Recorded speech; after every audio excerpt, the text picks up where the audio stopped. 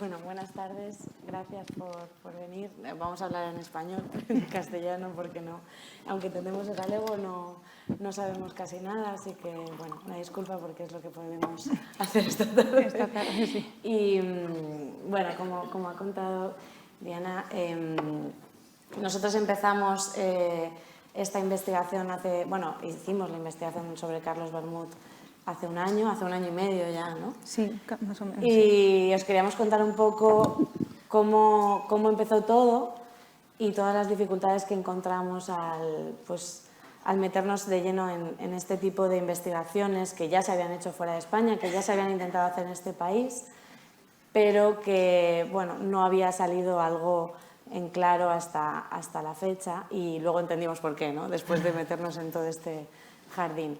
Y aunque seguimos en marcha y seguimos trabajando igual en otras investigaciones, no es el único caso y esperemos que salgan muchos más y que no seamos las únicas. Bueno, somos tres, es decir, sería un poco injusto no mencionar al principio a nuestro compañero Gregorio Belinchón, que es nuestro compañero que hace cine en el periódico y que estuvo desde el inicio en esta investigación, estuvimos los tres. Y pues queríamos contaros cómo empezó este equipo, cómo se formó y cómo continúa, ¿no? con todas las dificultades que eso tiene, y que tiene mucho que ver con que al final somos mujeres también hablando de mujeres, ¿no? Bueno, Ana, cuenta un poco cómo empezó, el día que empezó, porque estabas tú, yo no estaba. Esto empezó un domingo de enero del 2023. Yo soy redactora de la sección de Cultura y los periodistas tenemos que trabajar todos los días.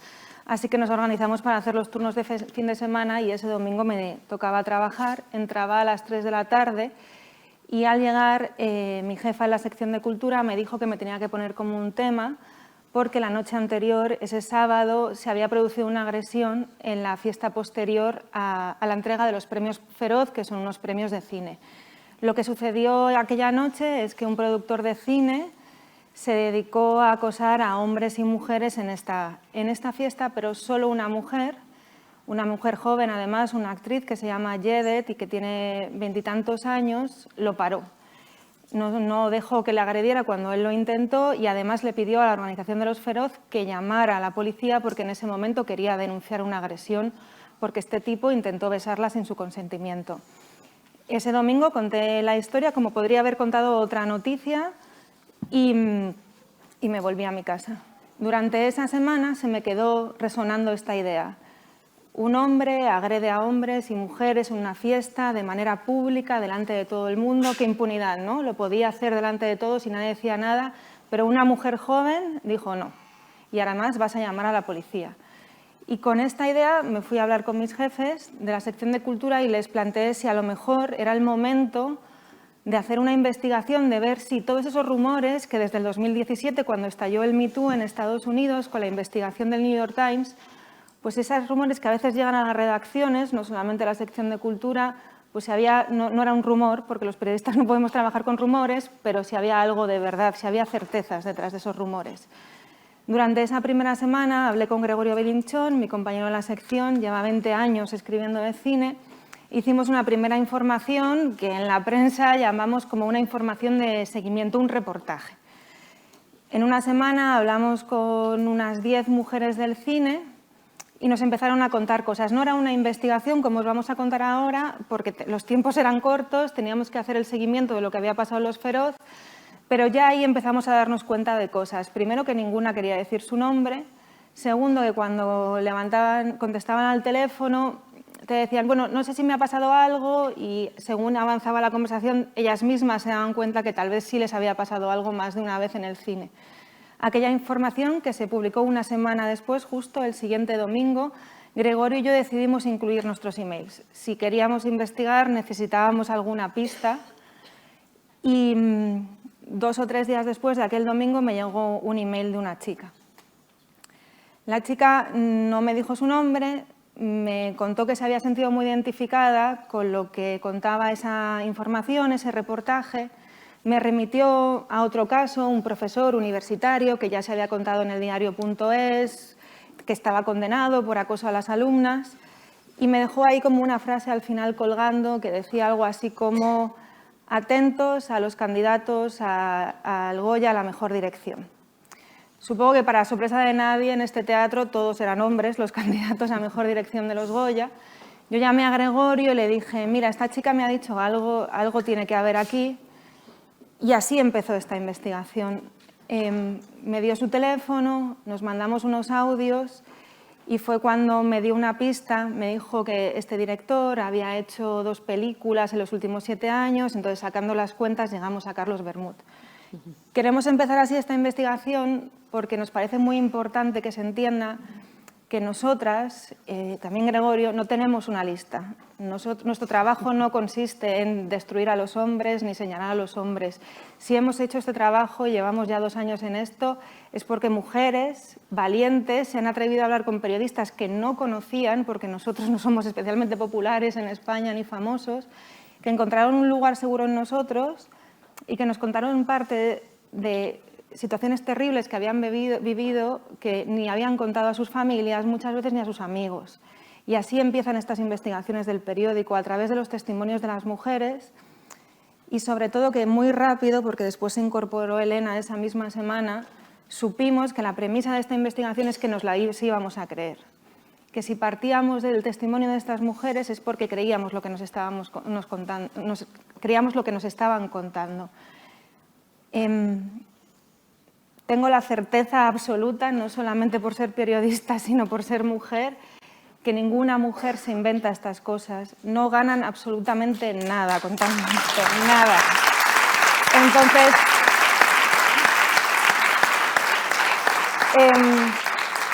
creo que esta actitud de respeto hacia ellas, sin que esto vaya a ser fácil, por lo que os vamos a contar, sí nos colocó en un lugar en el que pudieron contarnos sus historias respetando sus tiempos. Sí, bueno, como ha empezado a contar Ana, realmente habíamos visto muchas películas de cómo se hace una investigación. No sé, igual ustedes tienen en la cabeza Spotlight, ¿no? O ese tipo de cosas. Bueno, eso no pasa cuando hablamos de violencia contra la mujer. En nuestro periódico se hizo una investigación muy seria, digo, para ver un poco los antecedentes, una investigación muy seria y que cambió muchas cosas, como fue la de los abusos, la pederastia y los abusos en la Iglesia, ¿no?, católica. Claro, nosotros nos estamos enfrentando a otro tipo. Cuando creamos este equipo, que no lo creamos nosotros, no. Yo entré después porque yo no estaba en la sección de cultura, yo venía de cubrir violencia de género en México y de feminicidios y tal. Creamos este equipo creyendo que desde el inicio esto iba a ser una tarea personal, porque en los periódicos se crean equipos de investigación y se cierran pues con la misma velocidad con la que se sacó la noticia. O sea, realmente se suele apostar, pero luego no te dan los medios, como supongo que pasa en casi todos los trabajos. Entonces, bueno, creamos este equipo y me acuerdo que dijimos, esto es importante y tenemos que creérnoslo porque es muy probable que tengamos todo en contra, porque como os digo, estamos enfrentándonos bueno, enfrentándonos, sí, porque teníamos que conseguir testimonios de gente que tenía que denunciar, o sea, nosotros funcionamos con ese testimonio, sin ese testimonio nosotros no podemos trabajar y no es lo mismo, y sin minimizar absolutamente nada, para nada el tema de la pederastia en la Iglesia, ni muchísimo menos, pero puede que esos hombres o ya son delitos que han prescrito o esa gente sencillamente no son los que les pueden garantizar o quitar el trabajo como sucedía con el caso de las mujeres, ¿no? Estamos hablando de un sector muy precarizado, como muchos, pero este también, muy pequeño. España, la industria del cine español no es Hollywood, ¿no? Entonces tampoco mueve tanto dinero, pero la gente que consigue estar ahí, pues bueno, tiene mucho miedo a perder su trabajo. Por tanto, sabíamos que empezábamos ya con un poquito con bastantes obstáculos, ¿no? Y cuando empieza todo esto, claro, mucha gente pensaría que teníamos ya claros a quién íbamos a investigar y no teníamos ni idea y tampoco recibíamos 200 llamadas al día porque tampoco nadie sabía que estábamos haciendo esto. Y además, una de las claves de este equipo de investigación es que funcionáramos de manera discreta, que fuéramos nosotros a buscar. Y claro, no sé si o sea, supongo que se pueden poner en nuestro lugar, ¿no? De, joder, ¿por dónde empezamos, no? O sea, que vamos por ahí llamando puerta a puerta a ver si te han hecho algo en el cine. Y bueno, entonces lo que hacemos es empezar como el email que le llegó a Ana, de una chica pues muy valiente, que necesitábamos estar en esos círculos en los que todo el mundo y nosotras sabemos que se dice, no, guau, flipas, ¿no? Pues con ese flipas, o ya verás, o yo con ese no me cruzo, pues con eso empezamos a trabajar, por tanto estuvimos un año, porque realmente de ahí a una investigación seria pues lleva muchísimo trabajo. Y una de las cosas importantes de este trabajo es que, claro, sabíamos desde el principio que no iba a haber una denuncia, por lo que supongo que se ha hablado aquí mucho y por lo que hablamos mucho nosotras, ¿quién denuncia, no? ¿Qué garantías existen para hacerlo, para quien se atreve? Realmente sabíamos que íbamos a trabajar sin un papel, que eso para un periodista da muchísimo vértigo, porque tiene que hacer su trabajo, básicamente. O sea, si la Fiscalía investiga y hace un documento en el que hace una investigación, nos está haciendo un poco parte de nuestro trabajo. Si nosotros vamos a los hechos, intentamos hacer ese trabajo de comprobar y contrastar hasta dónde llegamos, porque a las habitaciones de los hoteles o a las oficinas o a los despachos, el día que pasó lo que pasó, no llegamos. Tampoco llega un fiscal, ¿no? Un abogado. Pero y sí que intentábamos superar un montón de barreras y intentar pues hacer algo que pronto nos dimos cuenta que en España no se había hecho, que es investigar en esencia un caso de abuso sexual o de agresión sexual, perdón, sin nada que nos amparase, ¿no? Entonces, bueno, nos inventamos una forma de trabajar. Bueno, antes de eso, antes de la forma de trabajar, que igual es un poco rollo, igual no sé si hay periodistas aquí, os interesa, pero vale, pero realmente antes, claro, para llegar a ellas, no sé si Ana quieres contar a partir de ese email cómo llegamos a ellas y cómo de repente descubrimos que Carlos Bermud podía ser una persona que tenía un patrón de abuso de poder y de otro tipo de abusos en estas mujeres en el cine. Lo que estaba contando Elena de que no podíamos utilizar las herramientas tradicionales del periodismo de investigación, que tampoco es que nosotras viniéramos de ese tipo de periodismo, tiene mucho que ver con esto. En el momento en que esta mujer me mandó un email y me dio su teléfono, pensé que tal vez una manera fácil de acercarme a ella era mandándole un audio.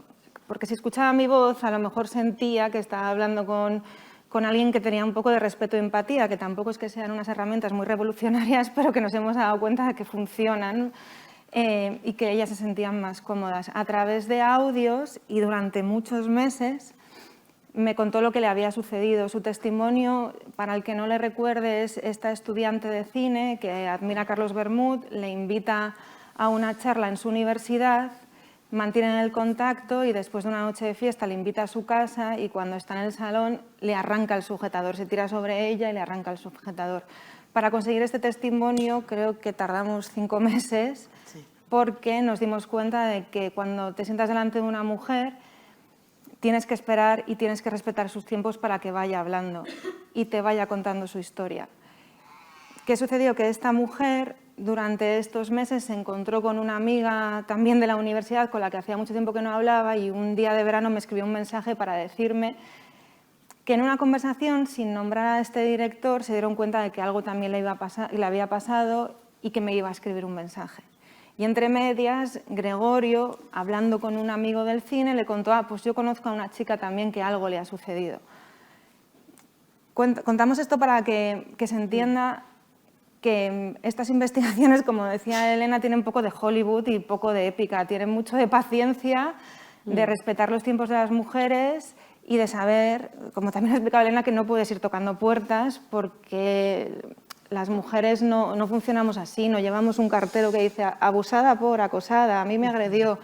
Son historias muy íntimas. Entonces tuvimos que adaptarnos a esto, tener mucha paciencia, tampoco es que nos libraran de nuestros otros trabajos. Elecciones municipales y... Había elecciones generales, o sea, claro. Todo fue muy complicado. Y además es clave esto que ha explicado Elena de los papeles. No íbamos a tener papeles. Estas mujeres no solamente no iban a denunciar, sino que tampoco iban a decir su nombre. Y entonces aquí fue cuando empezamos a pensar, entonces, ¿qué hacemos? ¿No? O sea, nosotros las creemos, pero vamos a tener que someternos a un proceso de edición muy importante en el periódico. Y así fue cuando empezamos a pensar que necesitamos hablar con 1 o 2 personas a las que se lo hayáis contado.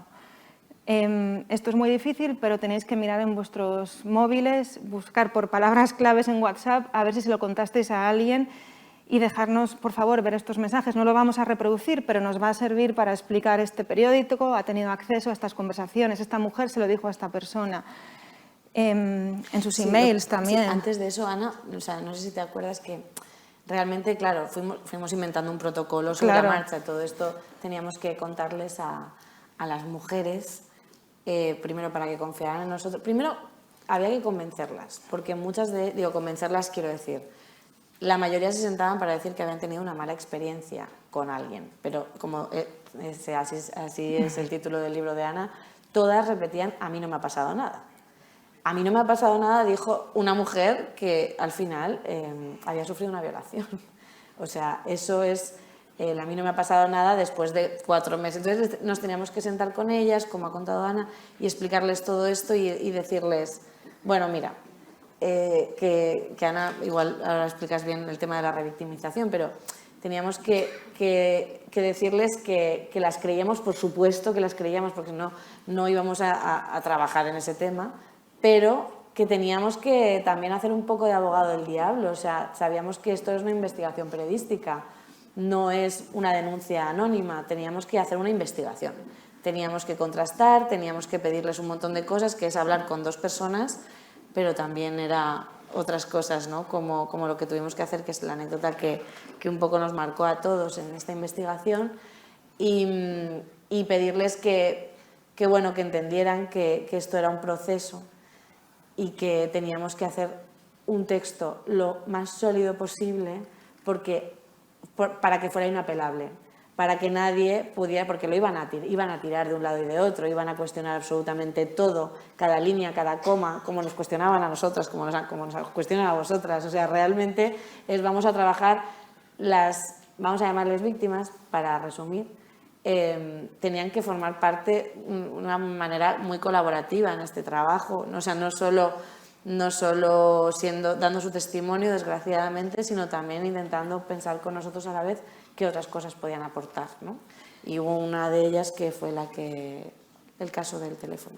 Si quieres contar aquella vez. Sí, en este proceso, esta mujer que aseguraba que no le había pasado nada, que se culpaba de muchas cosas, que todo el rato tenía un referente como esto no es un Me Too, este tipo no es Harvey Weinstein, ¿no? Y te das cuenta de lo injustas que podían ser con ellas mismas, porque no hace falta comparar.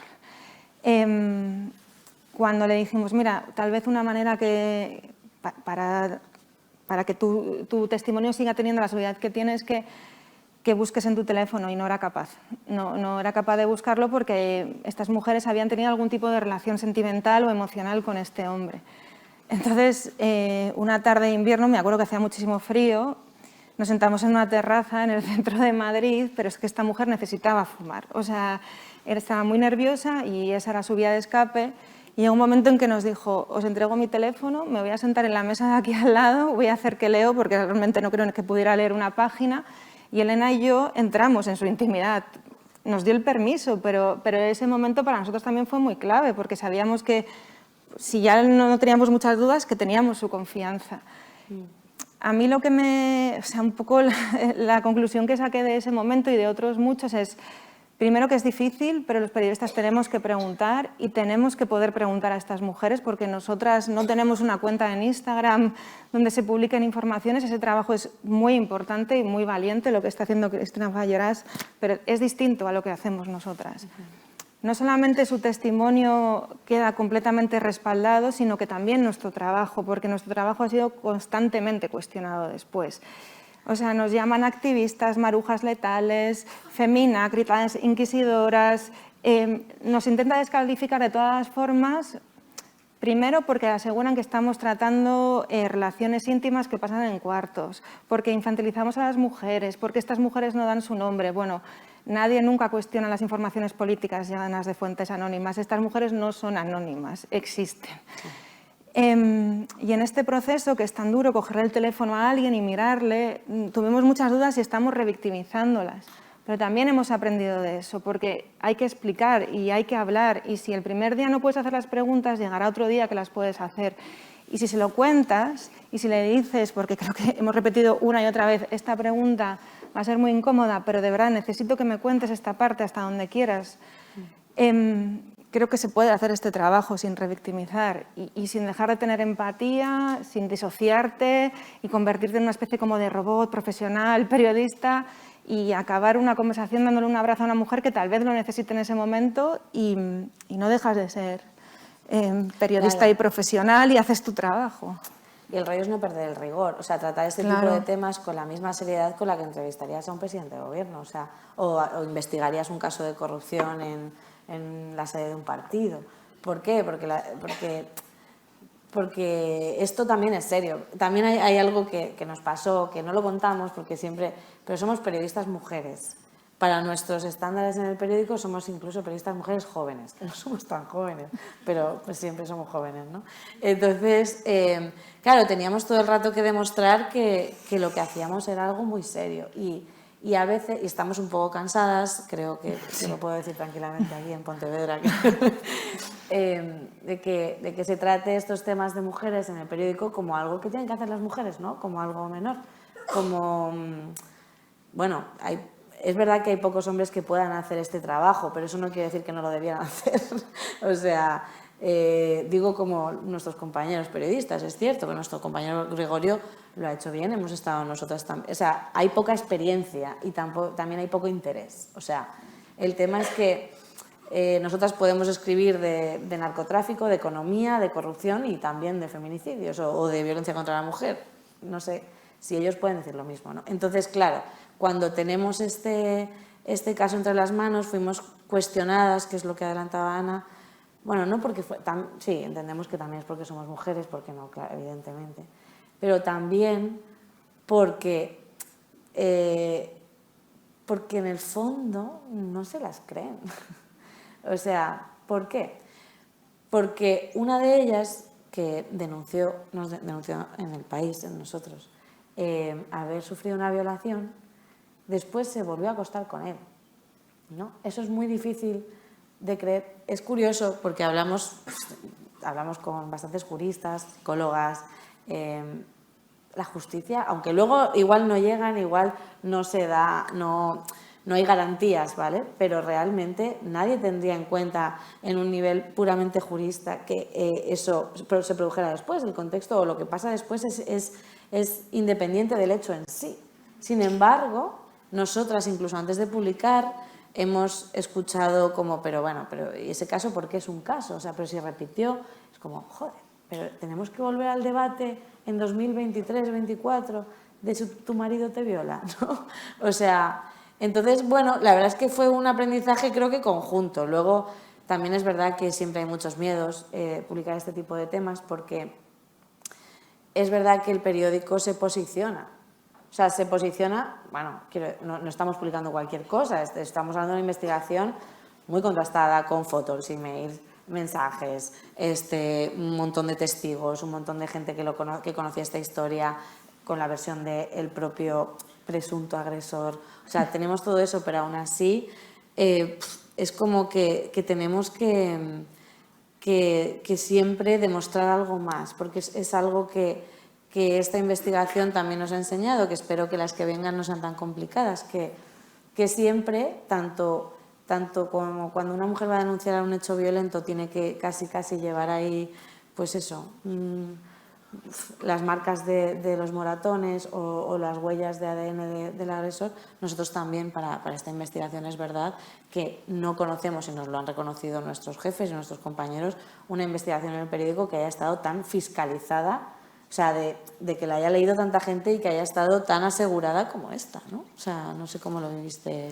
Sí, o sea, yo sentía que estábamos ante como, no sé, una oposición a juez del Estado. O sea, sí. Nos miraron y nos revisaron cada coma. Nosotras no vivimos, o sea, no trabajamos en un paraíso feminista. Tuvimos que escuchar muchas veces por qué repitieron, por qué no dan su nombre. Oye, ¿le puedes preguntar otra vez si va a dar su nombre? Pues me preguntaba yo, que también he escrito de política, y ya os aseguro que a mí cuando escribía informaciones de Podemos no me preguntaron 10 veces por qué este diputado concejal del último pueblo de Albacete de Podemos no da su nombre. Y nadie dudó que existiera, ¿eh? Entonces, hasta tal punto que gracias a nuestros compañeros que han hecho toda esta investigación de la pederastia en la Iglesia, recurrimos a esta fórmula que se llama la declaración jurada. La declaración jurada, que es un término como muy serio y muy legal, es un documento con parte del testimonio de estas mujeres, que solo conocemos Gregorio, Elena y yo. Ellas lo leyeron, lo aprobaron, porque en todo momento siempre supieron tanto de este testimonio de declaración jurada como de lo que se iba a publicar. Lo firmaron con su nombre y apellidos y incluyeron el DNI. Como anécdota os diré que no lo sabe nadie y que los tiene Gregorio guardados con los papeles de su hipoteca en su casa. O sea, como una garantía de que de verdad no lo sabe nadie en el periódico quiénes son estas mujeres. Sí. Pero ha pasado un año de esta investigación y creo que seguimos, por lo menos nosotros tres, en el debate de ¿está bien haberles pedido esa declaración jurada? En algún momento de verdad las estábamos revictimizando con esto, porque nos sentábamos delante de ellas y les decíamos yo te creo, lo entiendo perfectamente. Elena y yo incluso a lo mejor nos podíamos haber sentido interpeladas por cosas porque lo hemos podido vivir de otras maneras, pero aún así les pedimos esto. Yo sé ahora, por las reacciones, que esa frase en las informaciones donde pone este periódico tiene declaraciones juradas, se repitió mucho como, ¿veis qué importante esto, estas mujeres? Pero pienso si hacía falta y todavía lo pienso. Y en las investigaciones que seguimos haciendo, ya no lo tenemos tan claro, ya no lo pedimos igual o pensamos, venga, vamos a intentar encontrar otra prueba más o por otro lado a ver cómo podemos hablar con alguien, porque este nivel de fiscalización también llegó hasta esto, ¿no? Hasta hacerles firmar estos documentos, que en caso de un juicio, si estos hombres algunos nos denuncian, que nos denunciarían a nosotros por derecho al honor, calumnias, no lo sé, ellas saben que en un momento dado, en un proceso judicial, que esperamos que no suceda porque siempre vamos a proteger a nuestras fuentes, pues a lo mejor habría que entregar estos documentos, ¿no? Y aún así dijeron adelante, porque yo creo que en su ánimo está que cambien las cosas y también hay que ser sinceras. Nos limitan muchísimo el derecho a la autodefensa a las mujeres. O sea, también hemos escuchado a hombres del periódico decirnos, pero no querrán venganza. Pues a lo mejor sí. O sea, y están enfadadas y tienen ira, pero es que si matan a tu hijo, te diría alguien, oye, ¿tú no querrás venganza con el asesino de tu hijo? Pues claro que la quieres. Lo que pasa es que luego llegas a un lugar que dices, pues mira, pues la justicia por mi mano no. Y confío en los periodistas y también ellas, y creo que nosotras, creemos que las denuncias públicas tienen validez. Ojalá todo fuera por el sistema judicial, la policía o los hospitales, pero lo que hemos visto en los últimos meses con el caso Rubiales y con el caso Rejón es que ni siquiera tenemos garantías judiciales, sufrimos violencia institucional también. Bueno, y que cada mujer tiene derecho a denunciar como le salga las Exactamente. narices, ¿no? O sea, puede ir a una comisaría, puede ir a su prima, puede poner carteles de ese señor por las calles, ya luego si alguien la quiere denunciar por... En este caso, Bermud amenazó con denunciarnos. Como os podéis imaginar, hicimos un artículo que eso era como un expediente de la Fiscalía. O sea, estábamos preparadísimas para la denuncia. De hecho, una de las condiciones para poder publicar esto era hablar con él. Si él se negaba, pues ya poner que lo habíamos llamado y que no había querido contestar. Pero es que hablamos 3 veces con él antes de publicar esto, ¿no? Voy a recordar cómo fueron esas llamadas porque es increíble, porque... Ese día fue un sábado, nosotros pensábamos publicar 2 días después o 3 días después, porque además luego también la fecha de la publicación fue y de repente, pum, publicamos el Día de los Feroz y entonces todo el mundo se pensó que lo habíamos hecho a propósito. No es verdad. O sea, parece que el Día de los Feroz del año pasado. El caso es que el día que teníamos que llamar a Carlos Bermud, pues claro, estábamos nerviosos.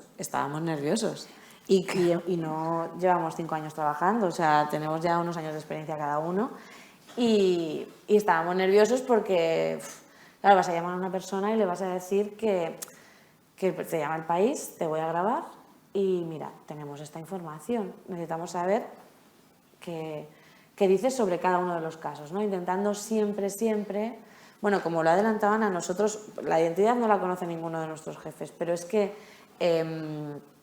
hasta el final, casi nadie del periódico sabía a quién estábamos investigando. Nosotros pasábamos el texto en papel, lo imprimíamos para que lo leyeran los jefes, nos lo devolvían con un boli en rojo y nosotros lo volvíamos. Esto fue lo más discreto posible. Por tanto, con Bermud ese día, en el que sabíamos que ahí es cuando ya se levanta la caja de Pandora. Ahí esas mujeres iban a quedar completamente expuestas, porque hasta que se publique, una vez que se publique quizá ya no, pero entre que hablas con él y se publica, él podía hacer muchos movimientos, ¿no? Igual hasta contactar a alguna de ellas, que ella se echara para atrás, o directamente llamar a los jefes de cada una de ellas, que eran amigos de él, no de todos, pero algunos, y bueno, estas tías quedasen sin trabajo, entonces que nos llamaran y dijeran, oye, mi testimonio fuera, ¿no? Y lo hubiéramos tenido que sacar y no hubiéramos podido publicar nada. Entonces estábamos muy nerviosos por varias cosas, ¿no? Y también, pues bueno, pues porque hablar con él, o sea, al final te pones en el papel de todo el mundo, no es fácil, ¿no? Esa situación para él. Y lo que más nos llamó la atención fue que este hombre no, pese a que ya se olía, que llevamos un año hablando con gente de su entorno, e incluso había habido algún tipo de comunicación con él, joder, o sea, no era nada consciente de lo que había podido hacer. Y un poco nos vino a reconocer que a nosotras pues nos quedamos un poco de piedra cuando dijo, bueno, es que igual alguna de ellas, o en un caso concreto, es que igual no me dijo nada pues porque le dio miedo que me fuera a enfadar, ¿no? Algo así. Sí, sí. Lo pusimos en el artículo. Claro, y dices, ostras, o sea, ¿cómo? O sea, pero ¿miedo a qué, Carlos, no? O sea, y claro, pues es el no entender, ¿no? Nada de lo que a lo mejor has estado haciendo. Nosotros tuvimos que ponerlo tal cual, intentamos recortar, aunque fue literal todo lo que nos contestó, pero eso también sirvió para afianzar, para amarrar el artículo, porque realmente creemos que más allá de Carlos Bermud, que quizá a lo mejor mucha gente o no lo conocía o sigue sin conocerlo, yo he de confesar que tampoco lo conocía mucho, yo no me dedicaba al cine y a la cultura y tampoco... Pero es un retrato es como una fotografía pequeña de algo que pasa en un círculo donde este hombre no voy a mencionar a ninguno por si acaso, no es un gran director de cine, o sea, no es el director de cine que cualquier español tiene en la cabeza, o el Harvey Weinstein de turno, o no es Plácido Domingo quizá, pero sí un tipo con tan poco poder para muchos ha podido ejercer ese abuso sobre no solo esas mujeres que publicamos, sino las otras que vinieron después, que nos contaron su historia, porque en total publicamos 6, aunque hemos hablado con más. Pues, ¿qué no estarán haciendo los poderosos, no? Y... Bueno, de hecho, esta idea que está contando Elena la volvimos a vivir casi un año después cuando publicamos otra investigación con un cineasta que se llama Eduard Cortés. Recuerdo que también pensamos, bueno, este sí que nos va a mandar a la mierda, nos va a mandar a su abogada, y volvió a suceder lo mismo. Sí. Él cogió el teléfono, que ya nos sorprendió porque no éramos el único medio investigándole, porque en el caso de Eduard Cortés las mujeres denunciaron a través de las redes sociales y luego vinieron a los periódicos. Y este hombre fue exactamente igual, ¿no? O sea, la conversación acabó en intentar justificar por qué durante más de una década había acosado de manera sistemática a mujeres en una situación de súper precariedad en la cultura, ofreciéndoles trabajo a cambio de prácticas sexuales, de fotografías, de acoso sexual. Entonces, claro, te das cuenta todo el tiempo, primero que establece rápido patrones de comportamiento en estos hombres, y segundo, de la impunidad que les permite hacer esta cosa, de la complicidad que hay. Y no hablo de una complicidad directa, hablo del sistema, de la estructura machista y patriarcal que les permite actuar con esta impunidad, de los silencios, y que en el caso de la industria del cine, que es otra cosa que nos ha pasado de manera recurrente, esta crítica de esto pasa en todos lados. Bueno, sí, a las mujeres nos acosan por ser mujeres, ya lo sabemos, pero es que la industria del cine es un lugar con particularidades. A mí me pueden acosar en el periódico, a una camarera, a una consultora de las Big Four que gana 5.000 euros al mes, probablemente sufra el abuso de poder. Esto no quita que existan unas cualidades en el cine que hagan que estos abusos sean distintos, ni mejores ni peores, por desgracia son todos terroríficos, ¿no? Y te das cuenta muy rápido que esta industria, aparte de ser precaria, como explicaba Elena, son empresas muy pequeñas, de muy pocas personas, levantadas a pulso, que dependen mucho de las subvenciones.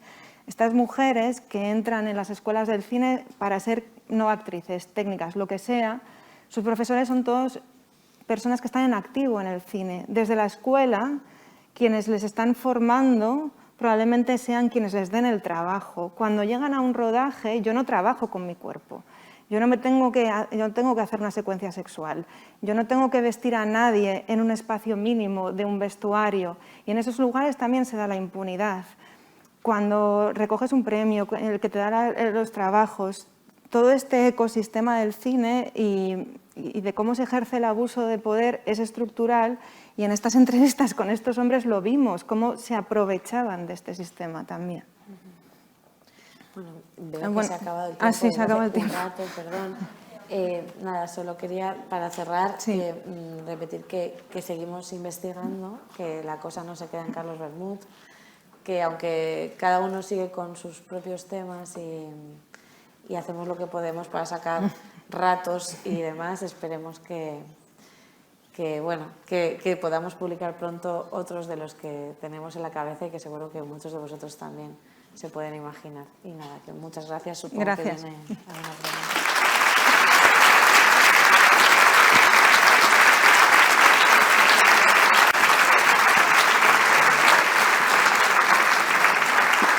Qué importante esto que cuentan Elena y Ana, y qué importante también para todas las mujeres.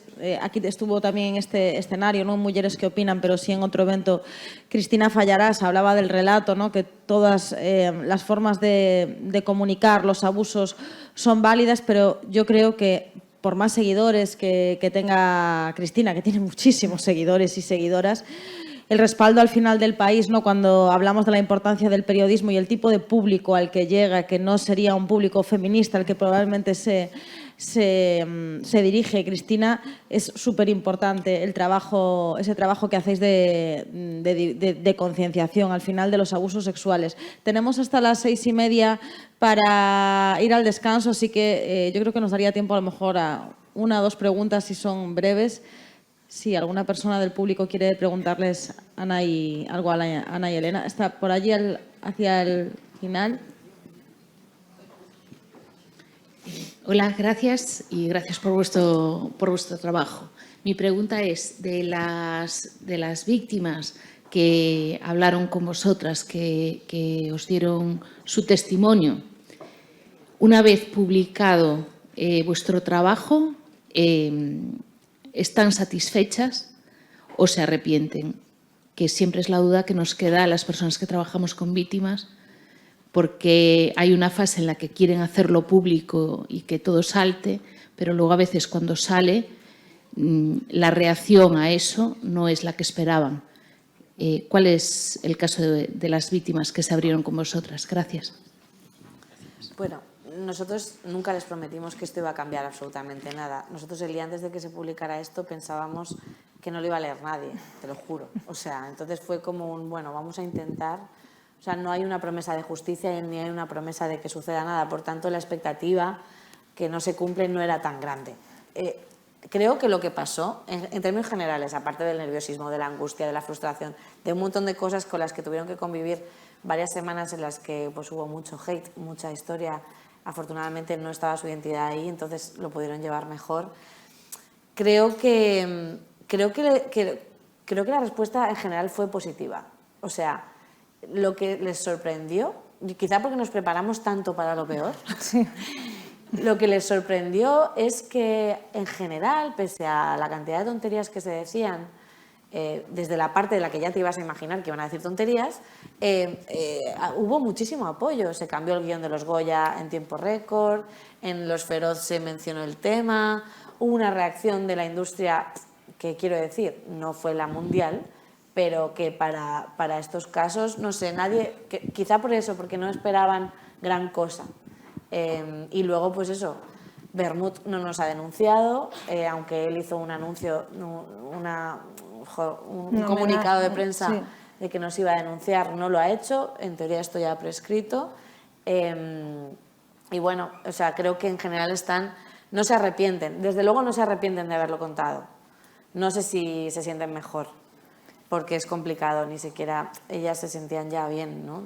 Yo creo que hay una parte, no sé si es de satisfacción, pero que estos cambios que dice Elena, que el ministro de Cultura anunciara esta oficina para la atención a las víctimas de violencias en todos los sectores culturales, pero sobre todo, tanto las del caso de Bermud como las de Eduard Cortés, también escribimos una información de Juan Codina y otros casos que investigamos, la sensación que tenemos, porque seguimos hablando con muchas mujeres, víctimas y no víctimas, es que estos hombres van de otra manera al trabajo. Y solo eso, que en su día a día puedan ir un poco más aliviadas, que esto es fuerte de decir, o sea, tener que ir con alivio a tu trabajo, creo que ya les compensa un poco. Luego es verdad que cada una tiene un proceso personal distinto, pero estoy de acuerdo con Elena, yo no veo arrepentimiento. No sé si satisfacción es la palabra, pero sí que han visto que ha habido algunos cambios. Desde luego seguimos en contacto con ellas y seguimos y vamos a seguir en contacto con ellas, y eso quiere decir que por lo menos no se ha roto esa confianza. De hecho, ellas nos han ayudado con otros casos. No sé si hay alguna pregunta más, si no ya vamos a... Vale, pues vamos a ir al descanso. Un aplauso para Elena, para Ana.